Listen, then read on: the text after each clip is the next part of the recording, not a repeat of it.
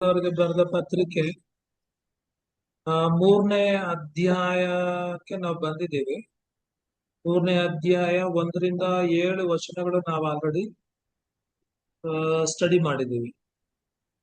So ಇವತ್ತು ನಾವು 8ನೇ ವಚನದಿಂದ ನಾವು ಮಾಡ್ಬೇಕಾಗಿರ್ತದೆ. ಆದ್ರೆ ನಾವು 7ನೇ ವಚನವನ್ನ ನಾವು ನೋಡೋದೇ ಆದ್ರೆ ಅಲ್ಲಿ ಅಪೊಸ್ತಲನಾದಂತ ಪೌಲನು ಹೇಳ್ತಾ ಇರ್ತಕ್ಕಂಥ ಒಂದು ವಿಷಯ ಏನಪ್ಪಾ ಅಂತ ಹೇಳಿದ್ರೆ, ನನ್ನ ಸುಳ್ಳಿನಿಂದ ದೇವರ ಸತ್ಯವು ಪ್ರಸಿದ್ಧಿಗೆ ಬಂದು ಆತನ ಮಹಿಮೆ ಹೆಚ್ಚಾದರೆ ಇನ್ನು ನನಗೆ ಪಾಪಿ ಎಂದು ತೀರ್ಪಾಗುವುದು ಯಾಕೆ? ಒಂದು ಪ್ರಶ್ನೆಯನ್ನ ಕೇಳ್ತಾ ಇರ್ತಕ್ಕಂಥದ್ದು. ಅಲ್ಲಿ ಒಂದು ಇಶ್ಯೂ ಇದೆ, ಒಂದು ಪ್ರಾಬ್ಲಮ್ ಇದೆ. ಸೊ ಅದನ್ನ ಕ್ಲಾರಿಫೈ ಮಾಡೋದಕ್ಕೆ ಅಪೊಸ್ತಲನಾದಂತ ಪೌಲನು ಈ ಪ್ರಶ್ನೆಯನ್ನ ಕೇಳ್ತಾ ಇರ್ತಕ್ಕಂಥದ್ದು. ಈ ಪ್ರಶ್ನೆ ನಿಮ್ಗೆ ಅರ್ಥ ಆಗಿದೆ ಅಂತ ಹೇಳಿ ನಾನು ಅನ್ಕೊಂಡಿದ್ದೀನಿ. ಇನ್ನೊಂದ್ಸಾರಿ ಓದ್ತೀನಿ, ನೋಡ್ಕೊಳ್ರಿ.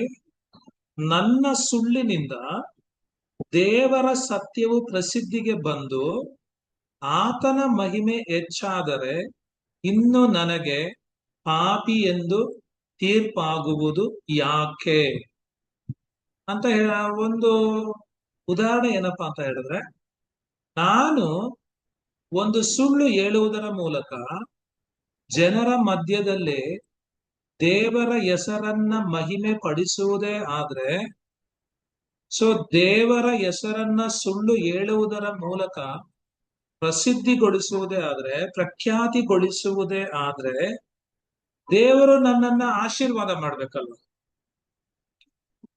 ಯಾಕೆಂತ ಹೇಳಿದ್ರೆ ನಾನು ಒಳ್ಳೆ ಕೆಲಸ ಅಲ್ವಾ ಮಾಡ್ತಾ ಇರೋದು. ದೇವರ ಹೆಸರನ್ನ ನಾನು ಮಹಿಮೆ ಪಡಿಸ್ತಾ ಇದ್ದೀನಿ. ಸೊ ದೇವರ ಹೆಸರನ್ನ ಪ್ರಸಿದ್ಧಿಗೊಳಿಸ್ತಾ ಇದ್ದೀನಿ, ದೇವರ ಹೆಸರನ್ನ ಘನಪಡಿಸ್ತಾ ಇದ್ದೀನಿ, ದೇವರ ಹೆಸರನ್ನ ಪ್ರಖ್ಯಾತಿಗೊಳಿಸ್ತಾ ಇದ್ದೀನಿ. ಸೊ ಅದು ಒಳ್ಳೆ ಕೆಲಸ ಅಲ್ವಾ? ಸೊ ನಾನು ಸುಳ್ಳು ಹೇಳಿನೋ, ತಪ್ಪು ಮಾಡಿನೋ, ಮೋಸ ಮಾಡಿನೋ, ಏನಾದ್ರೂ ಮಾಡಿ ನಾನ್ ದೇವರ ಹೆಸರನ್ನ ಮಹಿಮೆ ಪಡಿಸ್ತಾ ಇದ್ದೀನಲ್ಲ, ದೇವರಿಗೆ ಒಳ್ಳೆ ಹೆಸರನ್ನ ತರ್ತಾ ಇದ್ದೀನಲ್ಲ, ದೇವರ ಹೆಸರನ್ನ ಘನಪಡಿಸ್ತಾ ಇದ್ದೀನಲ್ಲ. ಸೊ ಆಗಿರೋದೇ ಆದ್ರೆ ಸೊ ನಾನು ಪಾಪಿ ಅಂತ ಹೇಳೋದು ಹೆಂಗೆ? ನನ್ಗೆ ಪಾಪಿ ಅಂತ ತೀರ್ಪು ಆಗೋದು ಯಾವ ತರ? ಅದನ್ನ ಇಲ್ಲಿ ಕೇಳ್ತಾ ಇರ್ತಕ್ಕಂಥದ್ದು. ಇನ್ನೊಂದು ರೀತಿನಲ್ಲಿ ಹೇಳೋದು ಯಾವ್ದು? ಒಂದು ಕೆಟ್ಟ ಕೆಲಸದ ಮೂಲಕ ಒಂದು ಒಳ್ಳೆ ಕೆಲಸವನ್ನ ಮಾಡೋದೇ ಆದ್ರೆ ಅದರಿಂದ ನಾನು ಪಾಪಿ ಅಂತ ನನಗೆ ಯಾಕೆ ತೀರ್ಪಾಗ್ಬೇಕು? ಸೊ ಈ ಆರ್ಗ್ಯುಮೆಂಟ್ ಎಷ್ಟು ಸರಿ?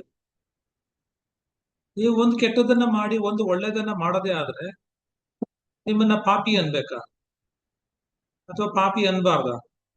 ತಪ್ಪು ಮಾಡಿದಾನೆ ಅನ್ಬೇಕಾ, ತಪ್ಪು ಮಾಡಿಲ್ಲ ಅಂತ ಹೇಳ್ಬೇಕು? ಸೊ ಯಾವ ತರ ತೀರ್ಪು ಮಾಡ್ಬೇಕು? ಅದನ್ನ ಇಲ್ಲಿ ಅಪೊಸ್ತಲನಾದಂತ ಪೌಲನು ಹೇಳ್ತಾ ಇರ್ತಾರೆ. ಸೊ ನಾನು ಒಂದು ತಪ್ಪು ಮಾಡಿ ಒಂದು ಒಳ್ಳೆ ಕೆಲಸವನ್ನ ಮಾಡೋದೇ ಆದ್ರೆ, ನಾನು ಒಳ್ಳೆ ಕೆಲಸವನ್ನ ಮಾಡೋದ್ರಿಂದ ನೀತಿವಂತನಾಗೋದಕ್ಕೆ, ಒಳ್ಳೆಯವನಾಗೋದಕ್ಕೆ ಸಾಧ್ಯ ಇಲ್ಲ. ನಾನು ಪಾಪಿನೇ. ನನಗೆ ದೇವರು ಪಾಪಿ ಅಂತಾನೆ ತೀರ್ಪು ಮಾಡ್ತಕ್ಕಂಥದ್ದು. ಆದ್ರೆ ಕೆಲವ್ರು ಏನ್ ಮಾಡ್ತಾರೆ ಅಂತ ಹೇಳಿದ್ರೆ, ಈ ತರ ತಪ್ಪಾಗಿ ತಿಳ್ಕೊಂಡ್ಬಿಟ್ಟಿದ್ದಾರೆ. ಏನು ಅಂತ ಹೇಳಿದ್ರೆ ಅಲ್ಲಿ ಕೆಟ್ಟ ಕೆಲ್ಸನೂ ಮಾಡ್ತಾರೆ, ಪಾಪನೂ ಮಾಡ್ತಾರೆ, ಅದನ್ನ ಸರಿದೂಗಿಸ್ಕೊಳ್ಳೋದಕ್ಕೋಸ್ಕರವಾಗಿ ಒಳ್ಳೇದನ್ನ ಮಾಡ್ಬಿಡ್ತಾರೆ. ಸೊ ಅವಾಗ ಲೋಕದಲ್ಲಿ ಅವ್ರ ನೀತಿವಂತರ ತರ ಕೂಡ ಇರ್ತಾರೆ. ಆದ್ರೆ ಅವೆಲ್ಲ ಕೂಡ ಲೋಕದಲ್ಲಿ ಕೆಲ್ಸಕ್ಕೆ ಬರ್ತೈತೆ ಹೊರತು ದೇವರ ಮುಂದೆ ಯಾವ ಕೆಲ್ಸಕ್ಕೂ ಬರಲ್ಲ. ಸೊ ನಾನು ಒಳ್ಳೆ ಒಂದು ಸುಳ್ಳು ಹೇಳೋದ್ರ ಮೂಲಕ, ಒಂದು ತಪ್ಪು ಮಾಡೋದ್ರ ಮೂಲಕ, ದೇವರೇ ನಾನು ನಿನ್ನ ಹೆಸರನ್ನ ಪ್ರಖ್ಯಾತಿಗೆ ತಂದಿದ್ದೀನಿ, ನಿನ್ನ ಹೆಸರನ್ನ ಅನ್ಯ ಜನರ ಮಧ್ಯದಲ್ಲಿ ಘನಪಡಿಸಿದ್ದೀನಿ, ನಿನ್ನ ಸೇವೆ ಮಾಡಿದ್ದೀನಿ, ಸುವಾರ್ಥ ಸೇವೆ ಮಾಡಿದ್ದೀನಿ, ನಿನಗೆ ಸಾಕ್ಷಿ ಹೇಳಿದ್ದೀನಿ ಅಂತ ಹೇಳಿದ್ರೆ ದೇವ್ರ ನಮ್ಮನೇನ ಆಶೀರ್ವದಿಸಲ್ಲ. ಹೋಗ್ಲಿ ಬಿಡಪ್ಪ ಅಂತ ಹೇಳಿ ಕಣ್ಮುಚ್ಕೊಂಡಿರಲ್ಲ.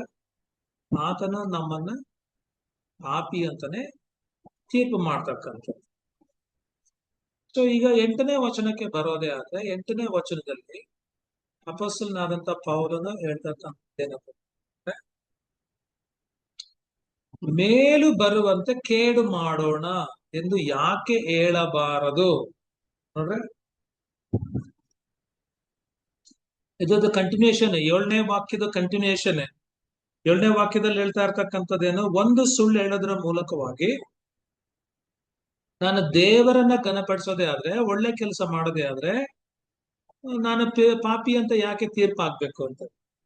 2ನೇದಿಲ್ಲಿ ಹೇಳ್ತಾ ಇರ್ತಕ್ಕಂಥದ್ದು ಏನು ಅಂತ ಹೇಳಿದ್ರೆ, ಮೇಲು ಬರುವಂತೆ ಕೇಡು ಮಾಡೋಣ ಎಂದು ಯಾಕೆ ಹೇಳಬಾರದು. ಕೆಲವರು ನಮ್ಮನ್ನ ಕುರಿತು ಇವರು ಹೀಗೆ ಬೋಧನೆ ಮಾಡುವರೆಂದು ದೂಷಿಸಿ ಹೇಳುತ್ತಾರಲ್ಲ, ಅಂತವರಿಗೆ ದಂಡನೆಯ ತೀರ್ಪಾಗುವುದು ನ್ಯಾಯ ಎಂಬುದಾಗಿ ಇಲ್ಲಿ ಅಪೊಸ್ತಲನಾದಂತ ಪೌಲನು ಹೇಳ್ತಾ ಇದ್ದಾರೆ. ಇಲ್ಲಿ ಏನ್ ನಡೀತಾ ಇದೆ ಅಂತ ಹೇಳಿದ್ರೆ, ಮೇಲು ಬರುವಂತೆ ಕೇಡು ಮಾಡೋಣ ಎಂದು ಯಾಕೆ ಹೇಳಬಾರದು. ಅಂದ್ರೆ ಕೆಲವ್ರು ಏನು ಅಂತ ಹೇಳಿದ್ರೆ ದೇವರ ಕೃಪೆಯನ್ನ ಮುಲಾಜಾಗಿ ತೆಗೆದುಕೊಳ್ತಾರೆ. ಕೆಲವ್ರು ಏನು ಅಂತ ಹೇಳಿದ್ರೆ ದೇವರ ಕೃಪೆಯನ್ನ ಅಡ್ವಾಂಟೇಜ್ ಆಗಿ ತೆಗೆದುಕೊಳ್ತಾರೆ. ದೇವ್ರು ಏನು ಮಾಡಲ್ಲ ಬಿಡು ಎಂಬತಕ್ಕಂತ ಒಂದು ನಿಸ್ಸಾರ, ಒಂದು ತಾತ್ಸಾರ ಮನೋಭಾವ. ಸೊ ಅಂತವ್ರು ಏನ್ ಮಾಡ್ತಾರೆ ಅಂತ ಹೇಳಿದ್ರೆ, ಅವ್ರು ಯಾವಾಗ್ಲೂ ಕೂಡ ಈ ಚರ್ಚಿಗೆಲ್ಲ ಹೋಗ್ತಾರ, ಅವರು ಚರ್ಚಿಗೆಲ್ಲ ಹೋಗ್ತಾರೆ, ಆರಾಧನೆ ಎಲ್ಲ ಮಾಡ್ತಾರೆ.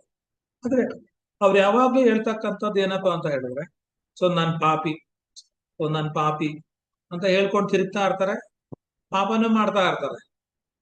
ಅವರ ಒಂದು ಆರ್ಗ್ಯುಮೆಂಟ್ ಏನು ಅಂತ ಹೇಳಿದ್ರೆ, ಯೇಸು ಕ್ರಿಸ್ತನ ಈ ಲೋಕಕ್ಕೆ ಬಂದದ್ದು ಪಾಪಿಗಳನ್ನ ಹುಡುಕೊಂಡು, ಪಾಪಿಗಳನ್ನ ಪ್ರೀತಿಸ್ತಕ್ಕಂಥ ದೇವರು, ಪಾಪಿಗಳನ್ನ ರಕ್ಷಿಸೋದಕ್ಕಾಗಿ ಬಂದಿರ್ತಕ್ಕಂಥದ್ದು.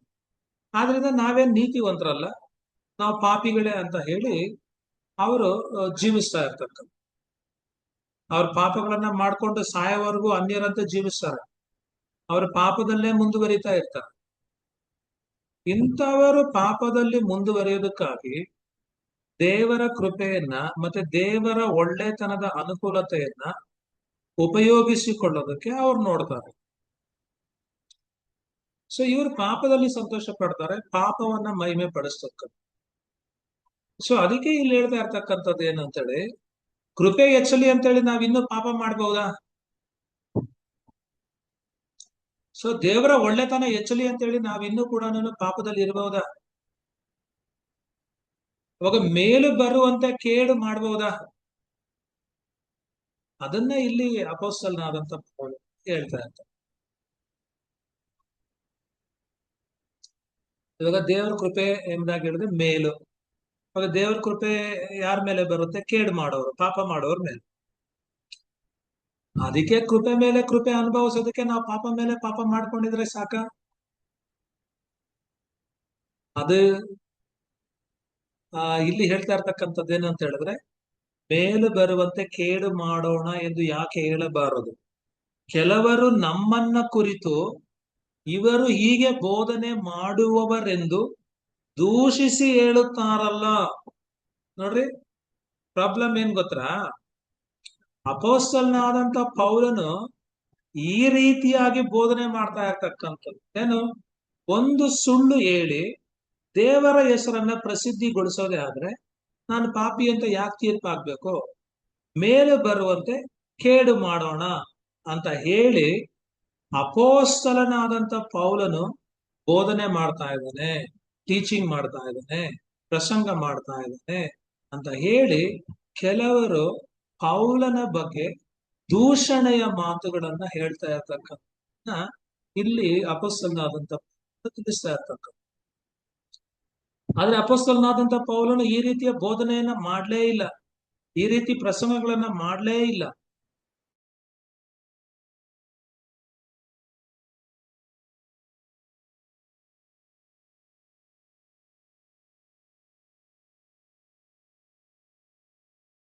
ಅದನ್ನ ಕಡಾಖಂಡಿತ. ಆದ್ರೆ ಕೆಲವ್ರು ಏನ್ ಮಾಡಿದ್ರು ಅಂತ ಹೇಳಿದ್ರೆ, ಕೆಲವು ಜನರು ಅದನ್ನ ಟ್ವಿಸ್ಟ್ ಮಾಡ್ಬಿಟ್ರು.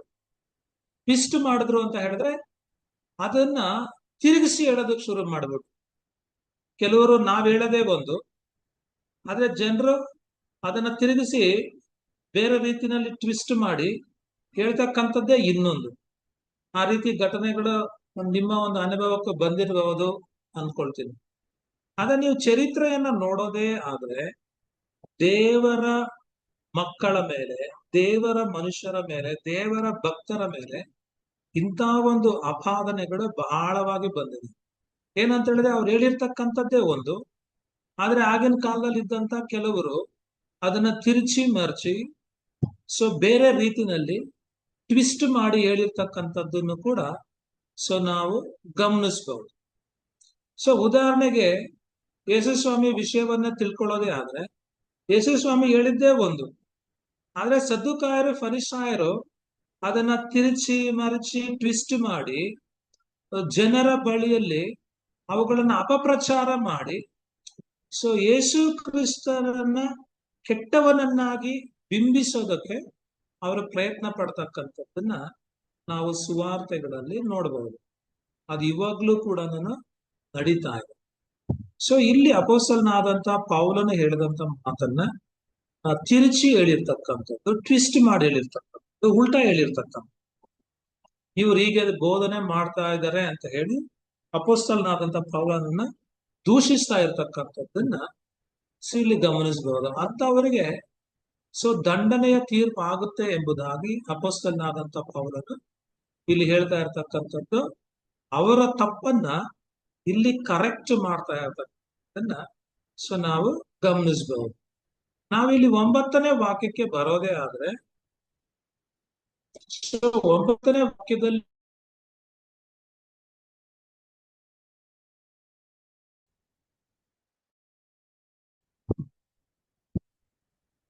ಒಂಬತ್ತನೇ ವಾಕ್ಯ, ಹಾಗಾದ್ರೆ ಏನು ಹೇಳಬೇಕು? ನಾವು ಅನ್ಯರಿಗಿಂತ ಉತ್ತಮ ಸ್ಥಾನದಲ್ಲಿದ್ದೇವೋ? ಎಷ್ಟು ಮಾತ್ರಕ್ಕೂ ಇಲ್ಲ. ಯಹೂದ್ಯರೇ ಆಗಲಿ ಗ್ರೀಕರೇ ಆಗಲಿ ಎಲ್ಲರೂ ಪಾಪಕ್ಕೆ ಒಳಬಿದ್ದವರೆಂದು ಮೊದಲೇ ತೋರಿಸಿಕೊಟ್ಟಿದ್ದೇವಲ್ಲ ಹಾಗೆ ಅಪೊಸ್ತಲನಾದಂತ ಪೌಲನು ಇಲ್ಲಿ ಹೇಳ್ತಾ ಇರ್ತಾರೆ. ಇದೆಲ್ಲ ಬಹಳ ಮುಖ್ಯವಾಗಿರ್ತಕ್ಕಂಥ ಕಾರ್ಯಗಳು. ಇಲ್ಲಿ ಹೇಳ್ತಾ ಇರ್ತಕ್ಕಂಥದ್ದು ಏನು ಅಂತ ಹೇಳಿದ್ರೆ, ನಾವು ಅನ್ಯ ಜನರಿಗಿಂತ ಉತ್ತಮ ಸ್ಥಾನದಲ್ಲಿದ್ದೇವೋ ಅಂದ್ರೆ ಅಪೊಸ್ತಲನಾದಂತ ಪೌಲನು ಯಹೂದ್ಯರಿಗೆ ಹೇಳ್ತಾ ಇರ್ತಕ್ಕಂಥ, ಯಹೂದ್ಯರಾದಂತ ನಾವು ಬೇರೆ ಜನರಿಗಿಂತ ಉತ್ತಮ ಸ್ಥಾನದಲ್ಲಿದ್ದೇವೋ? ಯಹೂದ್ಯರು ಗ್ರೀಕರಿಗಿಂತ ಅನ್ಯ ಜನರಿಗಿಂತ ಉತ್ತಮ ಸ್ಥಾನದಲ್ಲಿದ್ದಾರೋ? ಅದು ಪ್ರಶ್ನೆ. ಎಂದಿಗೂ ಇಲ್ಲ. ನಾವು ಈಗಾಗಲೇ ಯಹೂದ್ಯರಾಗ್ಲಿ ಗ್ರೀಕರಾಗಲಿ ಅನ್ಯ ಜನರಾಗ್ಲಿ ಚರ್ಚಿಗೆ ಹೋಗುವವರಾಗ್ಲಿ ಚರ್ಚಿಗೆ ಹೋಗದೇ ಇರುವವರಾಗ್ಲಿ ವಿಶ್ವಾಸಿಗಳಾಗ್ಲಿ ಅವಿಶ್ವಾಸಿಗಳಾಗ್ಲಿ ಎಲ್ಲರೂ ಕೂಡ ದೇವರ ಮುಂದೆ ಪಾಪಿಗಳಾಗಿದ್ದಾರೆ ಎಂಬತಕ್ಕಂಥ ಸತ್ಯವನ್ನ ಮೊದಲನೇ ಅಧ್ಯಾಯವನ್ನ ಧ್ಯಾನ ಮಾಡುವಾಗ 2ನೇ ಅಧ್ಯಾಯವನ್ನ ಧ್ಯಾನ ಮಾಡುವಾಗ ನಾವು ಆಲ್ರೆಡಿ ಕಲ್ತಿದ್ದೀವಿ. ಸೊ ಎಲ್ಲರೂ ಕೂಡ ಪಾಪಕ್ಕೆ ಅಧೀನರಾಗಿದ್ದಾರೆ. ಸೊ ಪಾಪದ ಕಂಟ್ರೋಲ್ ನಲ್ಲಿ ಇದ್ದಾರೆ ಎಂಬತಕ್ಕಂಥ ಒಂದು ಸತ್ಯವನ್ನ ಅಪೊಸ್ತಲನಾದಂತ ಪೌಲನು 1ನೇ ಮತ್ತು 2ನೇ ಅಧ್ಯಾಯಗಳಲ್ಲಿ ಬಹಳ ಕ್ಲಿಯರ್ ಆಗಿ ತಿಳಿಸ್ಕೊಟ್ಟಿದ್ದಾರೆ. ಸೊ ನಾವು ಕ್ರೈಸ್ತರಾಗಿರೋದ್ರಿಂದ ಯೇಸು ಸ್ವಾಮಿಯನ್ನ ನಂಬಿಕೊಂಡಿರೋದ್ರಿಂದ ನಮ್ಮ ಪಾಪಗಳು ಕ್ಷಮಿಸಲ್ಪಟ್ಟಿರುವುದರಿಂದ ನಾವು ಬೇರೆಯವರಿಗಿಂತ ಉತ್ತಮರಾಗಿದ್ದೇವೋ ಶ್ರೇಷ್ಠರಾಗಿದ್ದೇವೋ? ಅಲ್ಲ. ಯಾಕಂತ ಹೇಳಿದ್ರೆ ಕ್ರೈಸ್ತರು ಕೂಡ ಪಾಪ ಮಾಡ್ತಾ ಇದ್ದಾರೆ.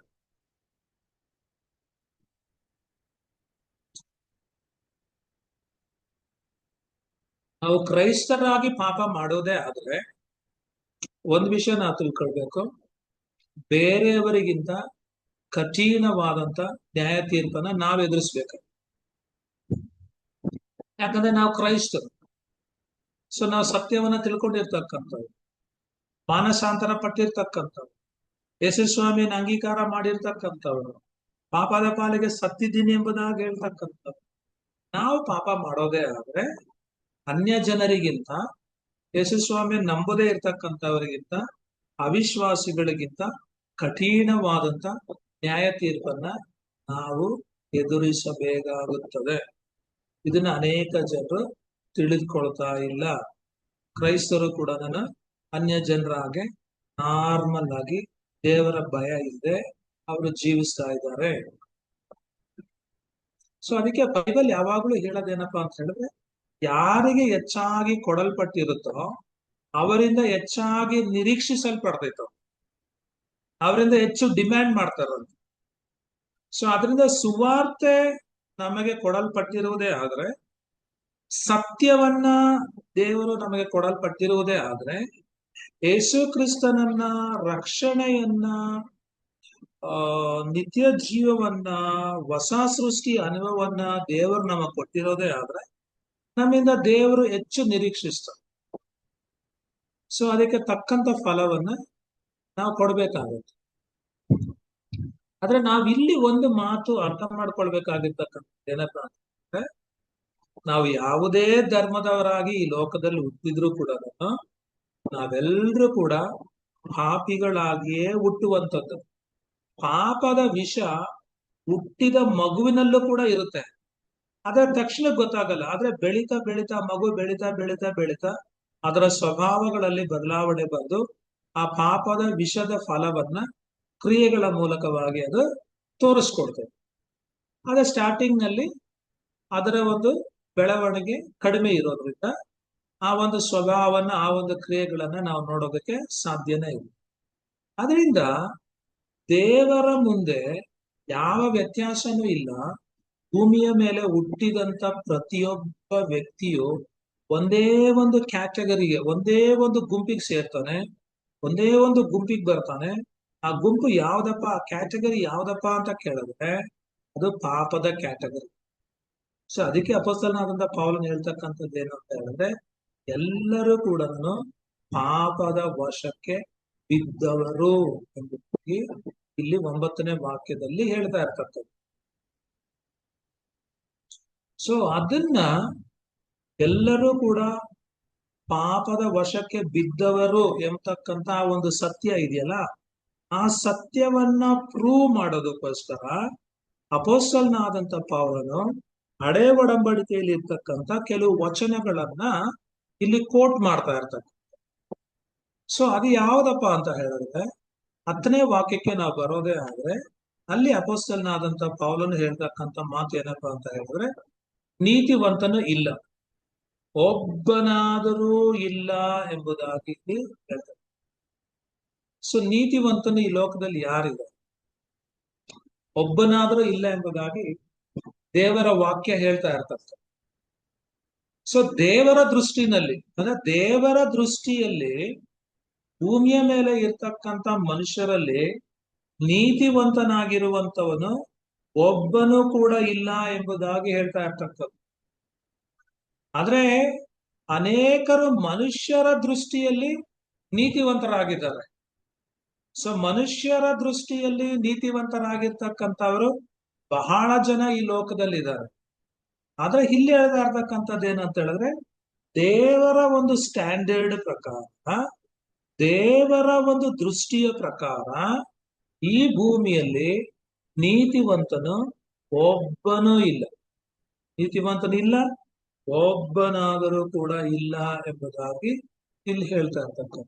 ಅದು ಸರಿಯಲ್ಲ.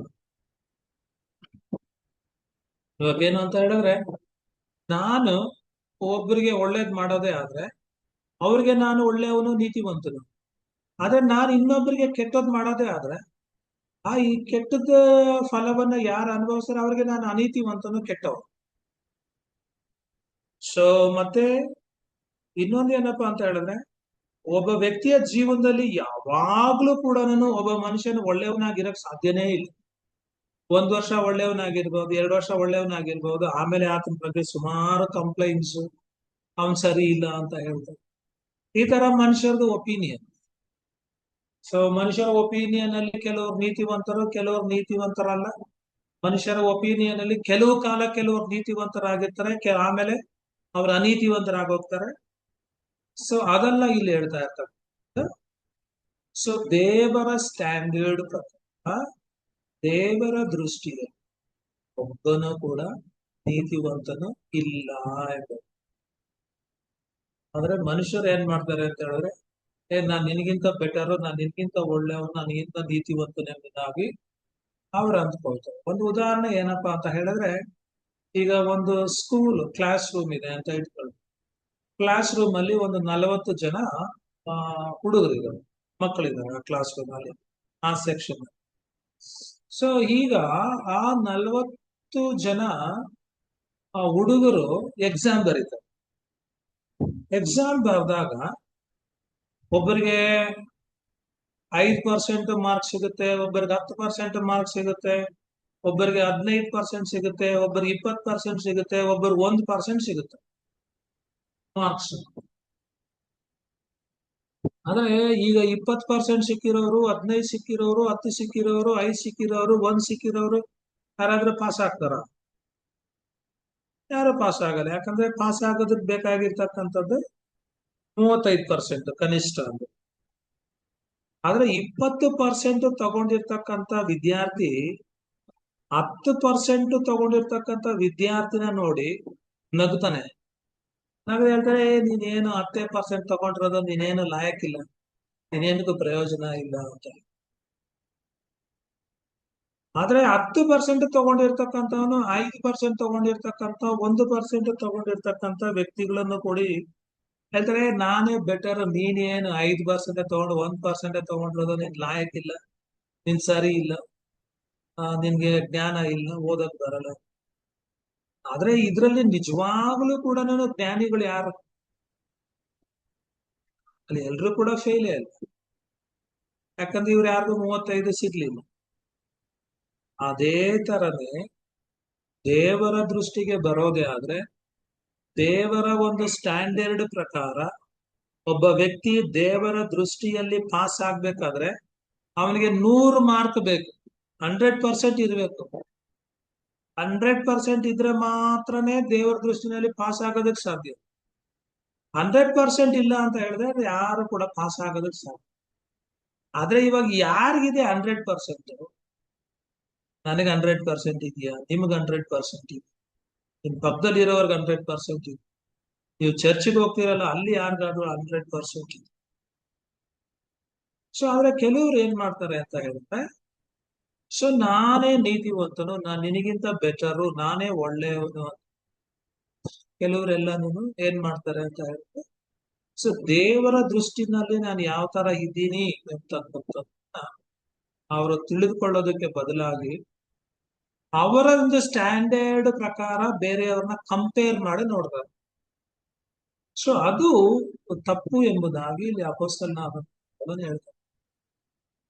ನಾವು ಬೇರೆಯವರಿಗಿಂತ ಕೆಲವು ಒಳ್ಳೆ ಕೆಲಸಗಳನ್ನ ಮಾಡಬಹುದು, ಆದ್ರೆ ನಮ್ ಒಳ್ಳೆ ಕ್ರಿಯೆಗಳೆಲ್ಲ ಯಾವ ತರ ಇದೆ ಅದನ್ನ ಯೆಶಾಯನಿಗೆ ಬರೆದಂತ ಪ್ರವಾದನೆ ಗ್ರಂಥ 64ನೇ ಅಧ್ಯಾಯ, ಸೊ 6ನೇ ವಚನವನ್ನ ನಾವು ನೋಡೋದೇ ಆದ್ರೆ ಅಲ್ಲಿ ನಾವು ಕ್ಲಿಯರ್ ಆಗಿ ನೋಡಬಹುದು, ನಾವೆಲ್ಲರೂ ಕೂಡ ದೇವರ ದೃಷ್ಟಿಯಲ್ಲಿ ಅಶುದ್ಧನ ಆಗಿದ್ದೇವಂತ, ಅಶುದ್ಧ ಮನುಷ್ಯನ, ಅಶುದ್ಧ ವಸ್ತುವಿನ ಆಗಿದ್ದೇವೆ.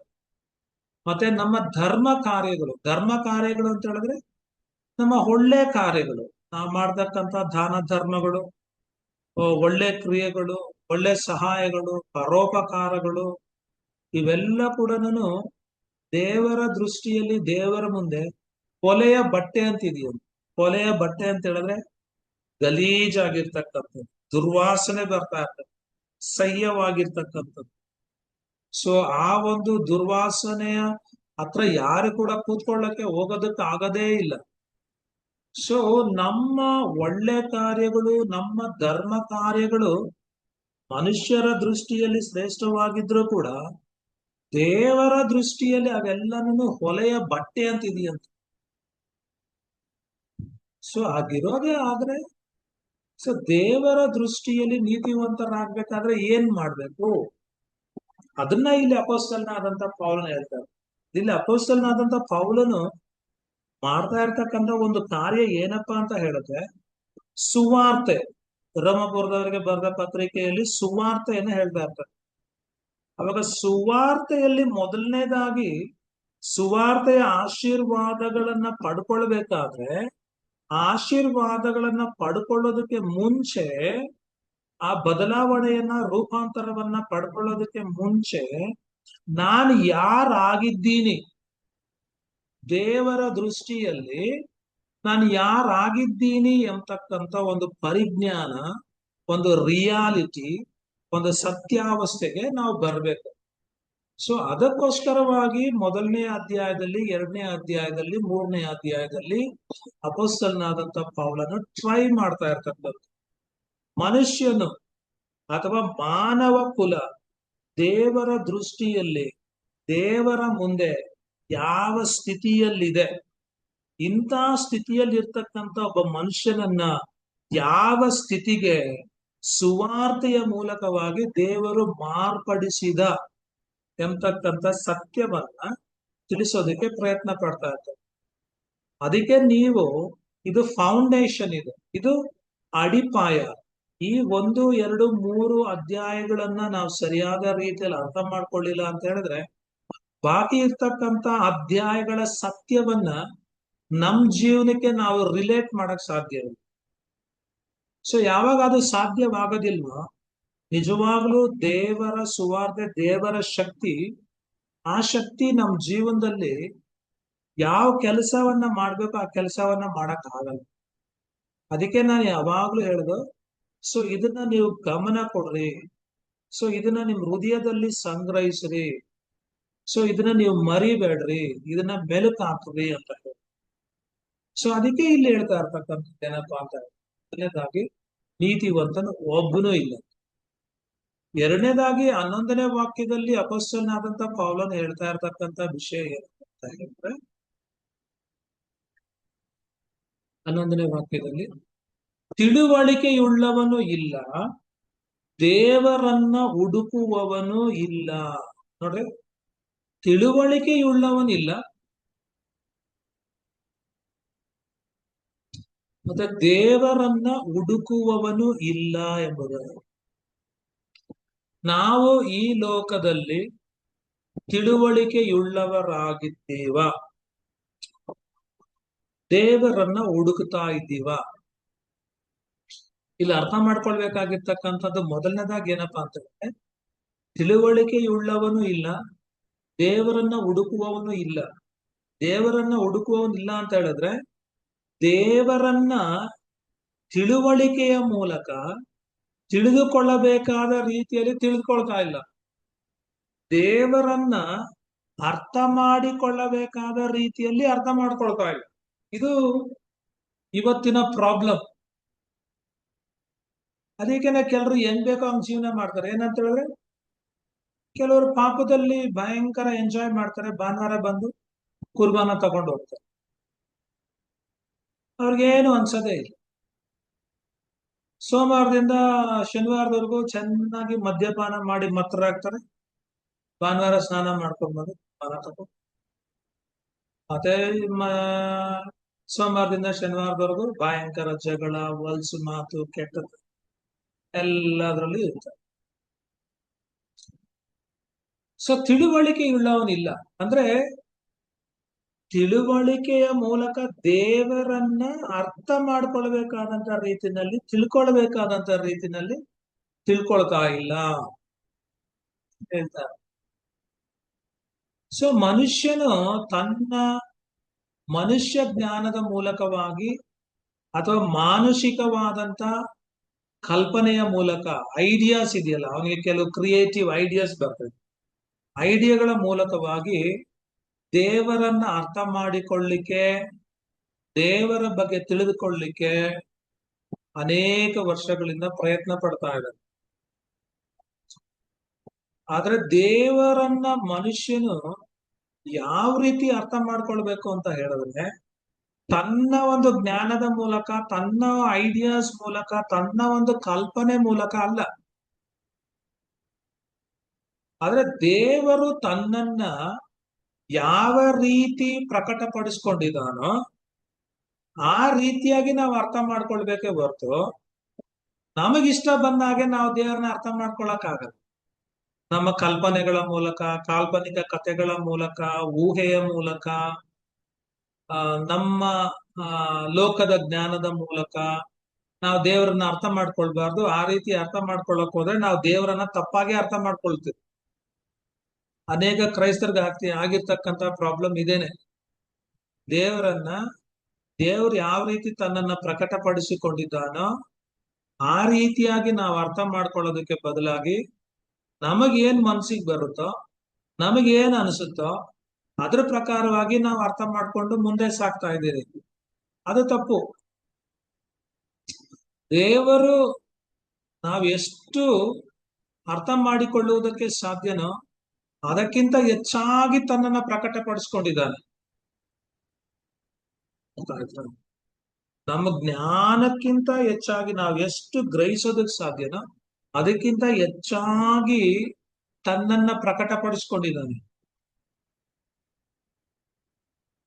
ಸೊ ಆದ್ರೆ ನಾವೇನ್ ಮಾಡ್ತಾ ಇದ್ದೀವಿ ಅಂತ ಹೇಳಿದ್ರೆ, ಆತನು ಯಾವ ರೀತಿ ಪ್ರಕಟಪಡಿಸ್ಕೊಂಡಿದ್ದಾನೆ ಅಂತ ಹೇಳಿ ಅದನ್ನ ನಾವು ಅರ್ಥ ಮಾಡ್ಕೊಂಡು ತಿಳ್ಕೊಂಡು ಅದರ ಮೂಲಕ ಆತನನ್ನ ಹುಡುಕುತ್ತಾ ಅದರ ಮೂಲಕ ಆತನಲ್ಲಿ ನಂಬಿಕೆ ಇಡ್ತಾ ಜೀವಿಸೋದಕ್ಕೆ ನಾವು ಪ್ರಯತ್ನ ಪಡ್ತಾ ಇಲ್ಲ.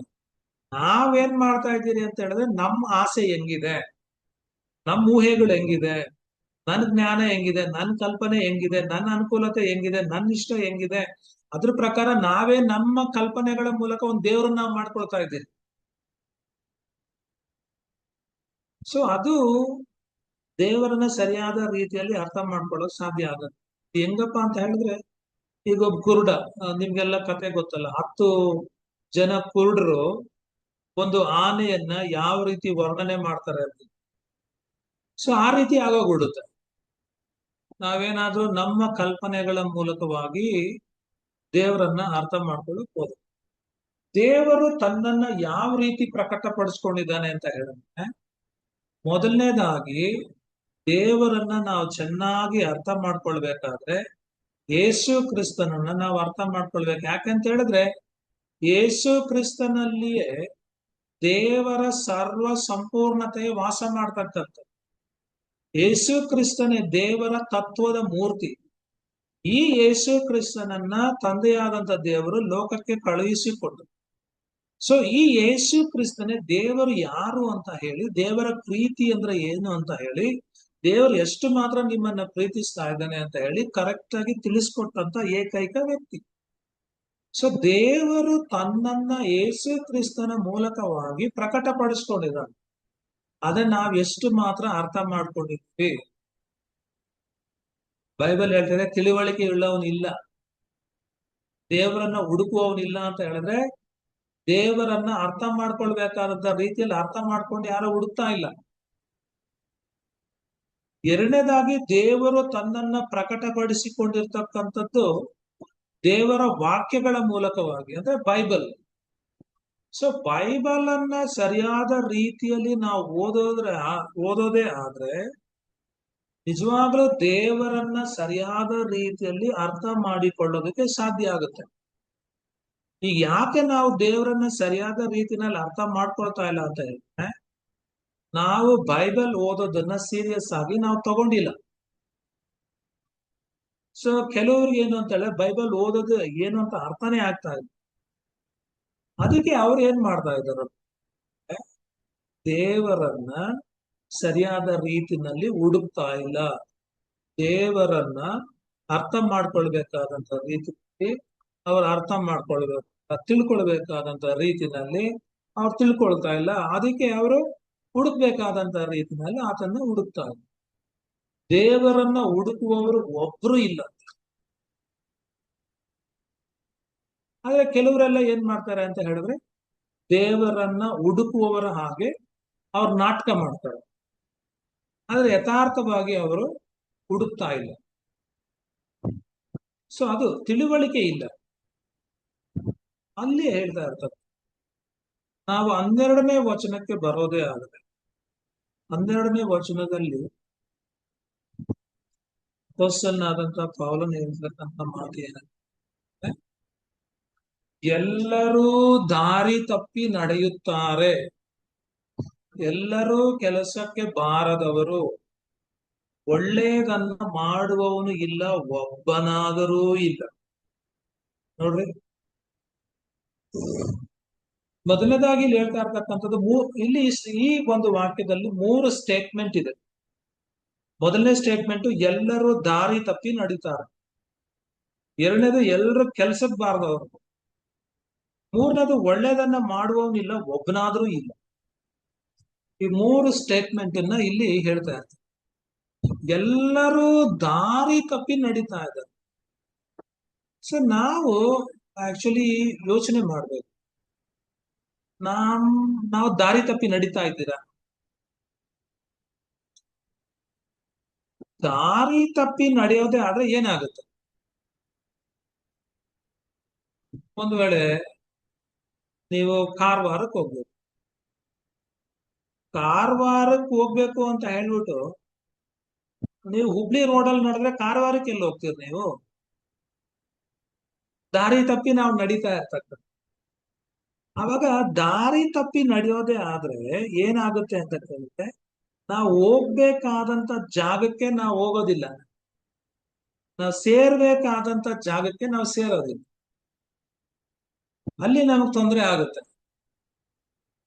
ಸೊ ಯೇಸು ಸ್ವಾಮಿ ಎರಡು ದಾರಿ ಬಗ್ಗೆ ಹೇಳ್ಕೊಟ್ಟಿದ್ದಾರೆ ನಮ್ಗೆ. ಯಾವ್ದು ಎರಡು ದಾರಿ? ಸೊ ಈ ಮತ್ತಾಯನು ಬರೆದ ಸುವಾರ್ತೆ 7ನೇ ಅಧ್ಯಾಯ 13-14 ವಾಕ್ಯಗಳನ್ನ ನಾವು ನೋಡೋದೇ ಆದ್ರೆ, ಅಲ್ಲಿ ಯೇಸು ಸ್ವಾಮಿ ಹೇಳ್ತಾ ಇರ್ತಕ್ಕಂಥದ್ದು ಏನಪ್ಪಾ ಅಂತ ಹೇಳಿದ್ರೆ, ಇಕ್ಕಟ್ಟಾದ ಬಾಗಿಲಿನಿಂದ ಒಳಕ್ಕೆ ಹೋಗಿರಿ, ನಾಶಕ್ಕೆ ಹೋಗುವ ಬಾಗಿಲು ದೊಡ್ಡದು, ದಾರಿ ಅಗಲವು, ಅದರಲ್ಲಿ ಹೋಗುವವರು ಬಹುಜನ. ನಿತ್ಯ ಜೀವಕ್ಕೆ ಹೋಗುವ ಬಾಗಿಲು ಇಕ್ಕಟ್ಟು, ದಾರಿ ಬಿಕ್ಕಟ್ಟು, ಅದನ್ನ ಕಂಡು ಹಿಡಿಯುವವರು ಸ್ವಲ್ಪ ಜನ ಎಂಬುದ. ಇವಾಗ ನಾನ್ ಹೇಳೋದೇನಂತ ಹೇಳಿದ್ರೆ, ಇಲ್ಲಿ ಯೇಸು ಸ್ವಾಮಿ ಎರಡು ದಾರಿಯನ್ನ ಹೇಳ್ಕೊಟ್ಟಿದ್ದಾರೆ. ಯಾವ್ದು ಎರಡು ದಾರಿ? ಒಂದು ಏನಪ್ಪಾ ಅಂತ ಹೇಳಿದ್ರೆ ಅಗಲವಾದಂತ ದಾರಿ, ಇನ್ನೊಂದು ಬಿಕ್ಕಟ್ಟಾಗಿರ್ತಕ್ಕಂಥ ಇಕ್ಕಟ್ಟಾಗಿರ್ತಕ್ಕಂಥ ದಾರಿ. ಯೇಸು ಸ್ವಾಮಿ ಹೇಳೋದೇನಂತ ಹೇಳಿದ್ರೆ, ಅಗಲವಾದಂತ ದಾರಿ ನಾಶಕ್ಕೆ ನಡೆಸ್ತೈತಂತ, ದಾರಿ ಬಿಕ್ಕಟ್ಟಾಗಿರ್ತಕ್ಕಂಥದ್ದು ನಿತ್ಯ ಜೀವಕ್ಕೆ ನಡೆಸತ್ತಂತ. ಇವಾಗ ನಾವು ಸರಿಯಾದಂತ ದಾರಿನಲ್ಲಿ ನಡೀತಾ ಇದ್ದೀರಾ, ದಾರಿ ತಪ್ಪಿ ನಡೀತಾ ಇದ್ದೀರಾ? ಇದು ಮುಖ್ಯ. ಯಾಕೆಂತ ಹೇಳಿದ್ರೆ, ನಮ್ಮ ಸುತ್ತಲೂ ಇರ್ತಕ್ಕಂಥ ಜನರು ಇಲ್ಲಿ ಹೇಳ್ತಾ ಇರ್ತಕ್ಕಂಥದ್ದು ಏನು ಅಂತ ಹೇಳಿದ್ರೆ, ನಾಶಕ್ಕೆ ಹೋಗುವ ಬಾಗಿಲು ದೊಡ್ಡದು, ದಾರಿ ಅಗಲವು, ಅದರಲ್ಲಿ ಹೋಗುವವರು ಬಹುಜನ. ಬಹುಜನ ಅಂತ ಹೇಳಿದ್ರೆ ಮೆಜಾರಿಟಿ. ನಮ್ಮ ಸುತ್ತಲೂ ಇರ್ತಕ್ಕಂಥ ಬಹುಜನ ಮೆಜಾರಿಟಿ ಅಗಲವಾದಂತ ದಾರಿನಲ್ಲಿ, ವಿಶಾಲವಾದಂತ ದಾರಿನಲ್ಲಿ ಅವ್ರು ಹೋಗ್ತಾ ಇರ್ತಕ್ಕಂಥದ್ದು. ಅವ್ರಿಗೆ ಇಕ್ಕಟ್ಟಾದಂತ ಬಿಕ್ಕಟ್ಟಾದಂತ ದಾರಿ ಬೇಕಾಗಿಲ್ಲ. ಅವ್ರನ್ನ ನೋಡಿ ನಾವು ಏನ್ ಮಾಡ್ತೀರಿ ಅಂತ ಹೇಳಿದ್ರೆ, ನಾವು ದಾರಿ ತಪ್ಪಿಬಿಡ್ತೀವಿ. ಎಲ್ಲಾರು ಹೋಗ್ತಾ ಇರೋದು ಆ ದಾರಿನಲ್ಲೇನೆ, ನಾವು ಕೂಡ ಅಲ್ಲೇ ಹೋಗ್ಬಿಡೋಣ ಅಂತ ಹೇಳಿ. ಆದ್ರೆ ಅದು ಮೂರ್ಖತನ. ಸೊ ದೇವರು ನಮ್ಮನ್ನ ಯಾವ ದಾರಿನಲ್ಲಿ ನಡೆಯೋದಕ್ಕೆ ಕರ್ತಿದ್ದಾನೆ, ನಾವು ದಾರಿ ತಪ್ಪಿ ನಡೀತಾ ಇದ್ದೀವಾ ಎಂಬತಕ್ಕಂಥದ್ದು ಗಮನಿಸ್ಬೇಕಾದಂತ ಒಂದು ಅಂಶ. ಇವಾಗ ನಾನು ಮೊದಲು ಒಂದು ಉದಾಹರಣೆ ಹೇಳಿದೆ, ಏನಂತ ಹೇಳಿದ್ರೆ, ಕಾರವಾರಕ್ಕೆ ಹೋಗ್ಬೇಕಾಗಿತ್ತು, ಆದ್ರೆ ನಾನು ಹುಬ್ಳಿ ರೋಡಲ್ಲಿ ಹೋಗ್ತಾ ಇದ್ದೀನಿ ಅಂತ ಹೇಳಿ. ಒಂದ್ ವೇಳೆ ಹುಬ್ಳಿ ರೋಡಲ್ಲಿ ನಾನು ಏನಾದ್ರೂ ಹೋಗ್ತಾ ಇದ್ದೀನಿ ಅಂತ ಹೇಳಿದ್ರೆ, ನಾನು ಯೂ ಟರ್ನ್ ಮಾಡ್ಕೊಂಡು ಒಂದ್ 50-60 ಕಿಲೋಮೀಟರ್ ಹೊರಟೋಗಿರ್ತೀನಿ, ಇಲ್ಲಾಂದ್ರೆ ಹುಬ್ಳಿಗೆ ಸೇರಿರ್ತೀನಿ. ಹುಬ್ಳಿಗೆ ಸೇರಿದ್ಮೇಲೆ ಗೊತ್ತಾಗುತ್ತೆ, ಅಯ್ಯೋ ಇದು ಕಾರವಾರ ಅಲ್ಲ, ಇದು ಹುಬ್ಳಿ ಅಂತ ಹೇಳಿ. ಅದೇ ನಾನು ಮತ್ತೆ ಬಸ್ ಹಿಡ್ಕೊಂಡು ಬಂದು ಮತ್ತೆ ಕಾರವಾರಕ್ಕೆ ಹೋಗ್ಬಹುದು. ಆದ್ರೆ ಈ ದಾರಿನಲ್ಲಿ ಯಾರು ಸಂಚಾರ ಮಾಡ್ತಾರೆ, ವಿಶಾಲವಾದಂತ ಅಗಲವಾದಂತ ದಾರಿನಲ್ಲಿ, ಅವರು ಒಂದು ಸಾರಿ ಹೋಗಿ ಆ ಮುಟ್ಬೇಕಾಗಿರ್ತಕ್ಕಂಥ ಜಾಗವನ್ನ ಮುಟ್ಟಿದ್ದಾರೆ ಅಂತ ಹೇಳಿದ್ರೆ, ಮತ್ತೆ ಅವರು ಯೂ ಟರ್ನ್ ತಗೊಂಡು ಮತ್ತೆ ವಾಪಸ್ ಬಂದು ಈ ದಾರಿ ಬಿಕ್ಕಟ್ಟಾಗಿರ್ತಕ್ಕಂಥ ದಾರಿನಲ್ಲಿ ಪ್ರಯಾಣ ಮಾಡಿ ನಿತ್ಯ ಜೀವವನ್ನ ಸೇರೋದಕ್ಕೆ ಸಾಧ್ಯನೇ ಇಲ್ಲ. ಈ ಲೋಕದಲ್ಲಿ ನಾವು ನಡೀತಕ್ಕಂಥ ದಾರಿಗಳಲ್ಲಿ ನಾವು ರಿವರ್ಸ್ ಬರ್ಬಹುದು, ಹಿಂತಿರುಗಿ ಬರ್ಬಹುದು. ಆದ್ರೆ ಯೇಸು ಸ್ವಾಮಿ ನಮಗೆ ಹೇಳ್ಕೊಟ್ಟಿರ್ತಕ್ಕಂಥ ದಾರಿನಲ್ಲಿ ನಾವು ಪ್ರಯಾಣ ಮಾಡಿ ಮುಟ್ಬೇಕಾಗಿರ್ತಕ್ಕಂಥ ಸ್ಥಳವನ್ನ ಮುಟ್ಟಿದ್ಮೇಲೆ ಮತ್ತೆ ಯೂ ಟರ್ನ್ ತಗೊಂಡ್ ಬರ್ತೀನಿ ಅಂತ ಹೇಳಿದ್ರೆ ಅದು ಬರಕ್ ಸಾಧ್ಯನೇ ಇಲ್ಲ. ಅದಕ್ಕೆ ನಾವು ಗಮನಿಸ್ಬೇಕಾಗಿರ್ತಕ್ಕಂಥದ್ದು ಏನು ಅಂತ ಹೇಳಿದ್ರೆ, ಈ ಲೋಕದಲ್ಲಿ ನಾನು ದಾರಿ ತಪ್ಪಿ ನಡೀತಾ ಇದ್ದೀನ, ಅಥವಾ ನಾನು ಹೋಗ್ಬೇಕಾಗಿರ್ತಕ್ಕಂಥ ಸರಿಯಾದ ದಾರಿಯಲ್ಲೇ ನಾನು ಹೋಗ್ತಾ ಇದ್ದೀನ? ನಾನು ಪ್ರಯಾಣ ಮಾಡ್ತಕ್ಕಂಥ ದಾರಿ ಎಂತದ್ದು? ಯಾವ ದಾರಿಯನ್ನ ಆರಿಸ್ಕೊಂಡಿದ್ದೀನಿ? ನನ್ನ ಸುತ್ತಲೂ ಇರ್ತಕ್ಕಂಥ ಜನರು ಆರಿಸಿಕೊಂಡಂತ ಅದೇ ದಾರಿಯನ್ನ ನಾನು ಆರಿಸ್ಕೊಂಡಿದ್ದೀನ, ಅಥವಾ ಯೇಸು ಸ್ವಾಮಿ ನನಗೆ ತೋರಿಸ್ಕೊಟ್ಟಿರ್ತಕ್ಕಂಥ ಇಕ್ಕಟ್ಟಾದಂತ ಬಿಕ್ಕಟ್ಟಾಗಿರ್ತಕ್ಕಂಥ ಸ್ವಲ್ಪ ಜನರು ಮಾತ್ರ ಅದನ್ನ ಕಂಡುಕೊಂಡು ಪ್ರಯಾಣ ಮಾಡೋದಕ್ಕೆ ಆಸೆ ಪಡ್ತಕ್ಕಂಥ ದಾರಿಯನ್ನ ಆರಿಸ್ಕೊಂಡಿದ್ದೀನ ಅಂತ ಬಹಳ ಬಹಳ ಮುಖ್ಯ. ಮತ್ತೆ ಇಲ್ಲಿ ಹೇಳ್ತಕ್ಕಂಥದ್ದು ಏನಂತ ಹೇಳಿದ್ರೆ, ಎಲ್ಲರೂ ಕೆಲಸಕ್ಕೆ ಬಾರದವರು ಒಂದು ದಾರಿ ತಪ್ಪಿ ನಡೀತಾ ಇದೆ. ನೀತಿವಂತನು ಒಬ್ಬನೂ ಇಲ್ಲ, ತಿಳುವಳಿಕೆ ಉಳ್ಳವನು ಇಲ್ಲ, ದೇವರನ್ನ ಹುಡುಕುವವನು ಇಲ್ಲ, ದಾರಿ ತಪ್ಪಿ ನಡೀತಾ ಇರ್ತಕ್ಕಂಥ. ಮತ್ತೆ ಏನಂತ ಹೇಳಿದ್ರೆ, ಎಲ್ರು ಕೆಲ್ಸಕ್ಕೆ ಬಾರ್ದವ್ರು. ಒಂದು ವೇಳೆ ಮನುಷ್ಯರಿಗೆ ಕೆಲ್ಸಕ್ಕೆ ಬರ್ಬಹುದು, ಸೈತಾನನಿಗೆ ಕೆಲ್ಸಕ್ಕೆ ಬರ್ಬಹುದು, ಪಾಪಕ್ಕೆ ಮರಣಕ್ಕೆ ಕೆಲ್ಸಕ್ಕೆ ಬರ್ಬಹುದು. ಅದೇ ದೇವರ ದೃಷ್ಟಿನಲ್ಲಿ, ದೇವರ ರಾಜ್ಯದಲ್ಲಿ, ದೇವರ ಮುಂದೆ ಕೆಲ್ಸಕ್ಕೆ ಬಾರ್ದವ್ರು ವೇಸ್ಟ್. ಒಳ್ಳೇದನ್ನ ಮಾಡುವವನಿಲ್ಲ, ಒಬ್ಬನಾದ್ರೂ ಇಲ್ಲ. ಈ ಸ್ಟೇಟ್ಮೆಂಟ್ ಕರೆಕ್ಟಾ? ಒಳ್ಳೇದನ್ನ ಮಾಡುವವನಿಲ್ವಾ?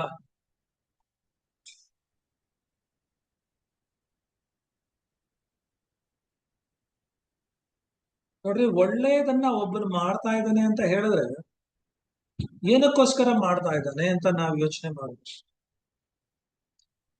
ಅನೇಕ ಜನರು ಒಳ್ಳೇದನ್ನ ಮಾಡ್ತಾರೆ, ಆದ್ರೆ ಅವರ ಒಳ್ಳೆತನದ ಹಿಂದ್ಗಡೆ ಅವರ ಉದ್ದೇಶಗಳು ಒಳ್ಳೇದಾಗಿರುತ್ತೆ. ಸೊ ಅನೇಕ ರಾಜಕೀಯ ವ್ಯಕ್ತಿಗಳನ್ನ ನೋಡಿ, ಅವ್ರು ಎಷ್ಟೆಲ್ಲ ಒಳ್ಳೆ ಕೆಲಸಗಳನ್ನ ಮಾಡ್ತಾರೆ, ಅನೇಕರಿಗೆ ಹಣಕಾಸಿನ ಸಹಾಯ ಮಾಡ್ತಾರೆ, ಕೆಲಸ ಇಲ್ದವ್ರ ಕೆಲಸಗಳನ್ನ ಕೊಡ್ತಾರೆ. ಸೊ ಕೆಲವ್ರನ್ನ ನೋಡಿದೆ, ಕೆಲವು ರೈತರಿಗೆ ಸಹಾಯ ಮಾಡ್ತಾ ಇದ್ದಾರೆ, ಬಡವರಿಗೆ ಸಹಾಯ ಮಾಡ್ತಾ ಇದ್ದಾರೆ, ಮನೆ ಕಟ್ಕೊಡ್ತಾ ಇದ್ದಾರೆ.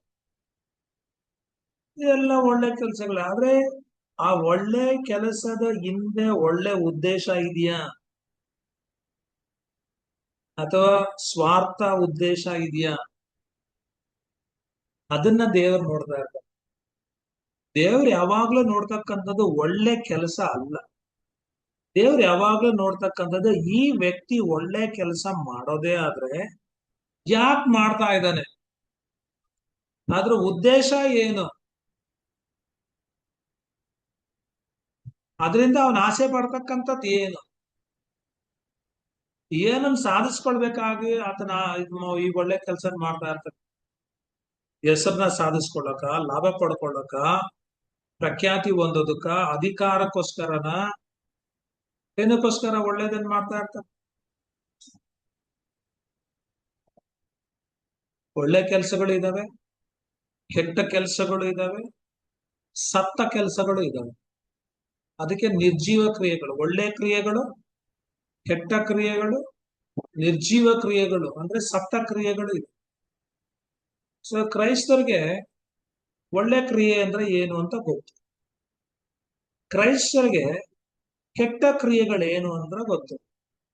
ಆದ್ರೆ ಕ್ರೈಸ್ತರಿಗೆ ನಿರ್ಜೀವ ಕ್ರಿಯೆಗಳು ಅಂದ್ರೆ ಏನು ಅಂತ ಹೇಳಿ ಗೊತ್ತಿಲ್ಲ. ಅಲ್ಲಿ ಇವಾಗ ಪ್ರಾಬ್ಲಮ್ ಆಗಿರೋದು. ಅನೇಕರು ಕೆಲಸ ಮಾಡ್ತಾ ಇದ್ದಾರೆ ಒಳ್ಳೆ ಕೆಲಸ, ಆದ್ರೆ ದೇವರ ದೃಷ್ಟಿಯಲ್ಲಿ ಆ ಒಳ್ಳೆ ಕೆಲಸಗಳೆಲ್ಲ ನಿರ್ಜೀವ ಕೆಲಸಗಳು. ನಿರ್ಜೀವ ಕೆಲಸಗಳು ಅಂದ್ರೆ ಜೀವ ಇಲ್ಲ. ಜೀವ ಇಲ್ಲ ಅಂತ ಹೇಳಿದ್ರೆ ಸತ್ತಂತ ಕೆಲಸಗಳು. ಅದಕ್ಕೆ ಇಂಗ್ಲಿಷ್ ಅಲ್ಲಿ ಹೇಳ್ತಕ್ಕಂಥದ್ದು ಏನಂತ ಹೇಳಿದ್ರೆ ಡೆಡ್ ಡೀಡ್ಸ್ ಅಂತ. ಡೆಡ್ ಡೀಡ್ಸ್, ನಿರ್ಜೀವ ಕ್ರಿಯೆಗಳು, ಸತ್ತ ಕ್ರಿಯೆಗಳು. ಸೊ ಅದನ್ನ ಇಲ್ಲಿ ಹೇಳ್ತಾ ಇರ್ತಾರೆ, ಒಳ್ಳೆಯದನ್ನ ಮಾಡುವವನು ಇಲ್ಲ, ಒಬ್ಬನಾದರೂ ಇಲ್ಲ. ಸೊ ಅದಕ್ಕೆ ಎಲ್ಲರೂ ಕೂಡ ದೇವರ ಮುಂದೆ ಪಾಪದ ವಶದಲ್ಲಿದ್ದಾರೆ ಎಂಬುದಾಗಿ ಅಪೊಸ್ತಲನಾದಂತ ಪೌಲ ತೋರಿಸ್ಕೊಡ್ತಾನೆ. ಅದಕ್ಕೆ ಯಹೂದ್ಯರಾಗಿರ್ಬಹುದು, ಗ್ರೀಕರಾಗಿರ್ಬಹುದು, ಕ್ರೈಸ್ತರಾಗಿರ್ಬಹುದು, ಬೇರೆ ಯಾವುದೇ ಧರ್ಮದವರಾಗಿರ್ಬೋದು, ಯಾರು ಕೂಡ ದೇವರ ಮುಂದೆ ಉತ್ತಮ ಸ್ಥಾನದಲ್ಲಿ ಇಲ್ಲ ಎಂತಕ್ಕಂಥದ್ದನ್ನ ಅಪೊಸ್ತಲನಾದಂತ ಪೌಲನು ತೋರಿಸ್ಕೊಡ್ತಾರೆ. ಆದ್ರೆ ಇದನ್ನ ಕೆಲವರು ಅಂಗೀಕರಿಸ್ಕೊಳ್ಳೋದಕ್ಕೆ ಕಷ್ಟಪಡ್ಬೇಕು. ನಾನು ಹೆಂಗಪ್ಪ ಆ ಸ್ಥಾನಕ್ಕೆ ಬರ್ತಕ್ಕಂಥದ್ದು, ನಾನು ತುಂಬಾ ಒಳ್ಳೆಯವನು, ಆದ್ರೆ ನಾನು ಒಳ್ಳೆಯವನು ಅನ್ಕೊಂಡಿದ್ರೆ ಸುವಾರ್ತೆಯ ಮೂಲಕ ಸಿಗ್ತಕ್ಕಂತ ರಕ್ಷಣೆಯನ್ನ ಹೊಂದಿಕೊಳ್ಳಕ್ಕೆ ಸಾಧ್ಯನೇ ಇಲ್ಲ. ಇದರಿಂದ ನಾನು ನನ್ನ ಮಾತುಗಳನ್ನ ಇಲ್ಲಿ ಆ ನಿಲ್ಲಿಸ್ತಾ ಇದ್ದೀನಿ. ನಿಮ್ಗೇನಾದ್ರೂ ಪ್ರಶ್ನೆಗಳಿರೋದೇ ಆದ್ರೆ ನೀವೀಗ ಕೇಳ್ಬೋದು.